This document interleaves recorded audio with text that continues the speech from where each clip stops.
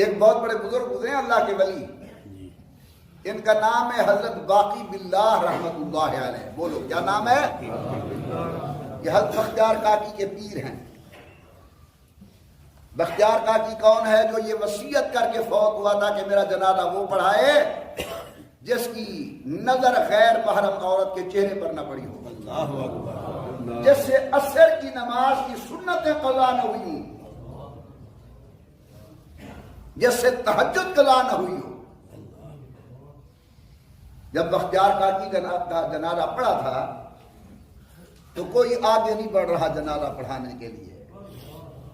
شام کا ٹائم ہے، ایک آدمی نے اپنے چہرے کو یوں چھپایا ہوا ہے اور آگے آ کر صفوں کو چیرتا ہوا کہتا ہے خلیفہ صاحب اعلان کرو صفیں سیدھی کریں۔ خلیفہ نے کہا بھائی کون ہے آگے آنے والا؟ میرے شیخ کی وصیت سنی ہے، جان بوجھ کر بیگانی عورت پر نظر نہ پڑی ہو، عصر کی سنتیں قضا نہ ہوں، تہجد قضا نہ ہو۔ آج تو بڑے بڑے لوگ کھڑے ہیں، تو کون ہے آگے جانے والا؟ حضرت بختیار کاکی کے چہرے سے کپڑا اس فقیر نے ہٹایا اور اگر میں نے ہی جنازہ پڑھانا تھا مجھے کہہ دیتا، یہ میرا راز تھا جو خدا جانتا تھا یا تو جانتا تھا، تو نے میرا راز فاش کیا ہے۔ خلیفہ صاحب آپ کو صرف کی سنتیں پوچھتے ہیں، الحمدللہ فقیر سے وقت کا مستحبی قضا نہیں ہوا۔ یہ کسی خانقاہ کا گدی نشین نہیں تھا، یہ کسی مدرسے کا شیخ الحدیث نہیں تھا، یہ حکومت وقت کا بادشاہ حضرت شمس الدین التمش رحمت اللہ تعالی علیہ تھے، بادشاہ بھی تھے اور دین کے اندر اللہ نے اتنا بڑا مقام بھی نصیب کیا تھا۔ اس بختیار کاکی کے پیر کا نام ہے حضرت باقی باللہ۔ حضرت تھانوی لکھتے ہیں کہ باقی باللہ کے گھر مہمان آ گئے،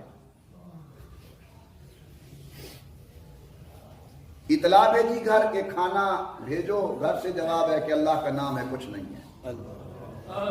بڑی پریشانی، اگر دروازے پر مہمان بیٹھے ہوں اور کھانے کو کچھ نہ ہو گھر میں تکلیف تو ہوتی ہے۔ ان کے گھر کے ساتھ ہی ایک حضرت کا خادم تھا موچی اور کام کرتا تھا روٹیاں پکانے کا، نان بھائی تھا، اسے پتا چلا تو وہ آیا، گھر روٹی دے گیا، سالن آ گیا، کھانا آ گیا، عزت سے وقت پاس ہو گیا۔ حضرت جب گھر آئے تو اہلیہ محترمہ سے پوچھا کہ گھر میں تو کچھ نہیں تھا، یہ کہاں سے آ گیا؟ اس نے کہا کہ آپ کا غلام جو ہے نا یہ نان بھائی، اس نے کھانا بھیجا ہے۔ حضرت اس کے دروازے پر تشریف لے گئے اور فرمایا کہ بھائی تیری وجہ سے آج اللہ نے میری عزت رکھی ہے، آج جو مانگتا ہے مانگ، میں اللہ سے لے دیتا ہوں۔ آدمی بڑا سیانا تھا، اس نے کہا حضرت خود مانگتا نہیں ہوں، اگر دینا چاہتے ہو تو میں آپ جیسا ہو جاؤں۔ حضرت نے فرمایا نہیں کچھ اور کہو۔ اس نے کہا نہیں جی اگر دینا ہے تو میں آپ جیسا ہو جاؤں۔ لکھا ہے کہ جب بار بار اس نے اصرار کیا تو حضرت باقی باللہ اسے اپنے کمرے میں لے گئے جو تسبیح خانہ تھا، 3 گھنٹے توجہ خاص الخاص دی۔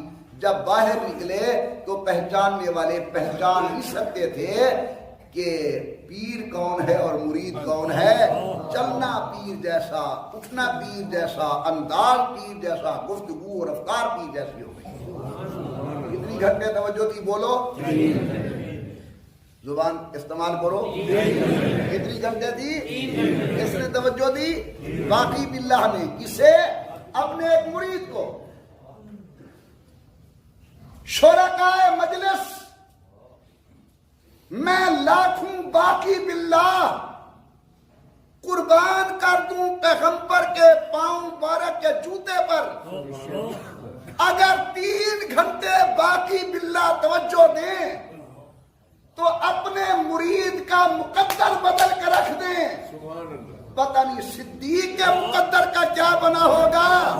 اسے 3 راتیں حضور نے توجہ خاص الخاص دی تھی، بار کے اندر دینے والی نبوت تھی اور لینے والا صدیق تھا اور کوئی نہیں تھا۔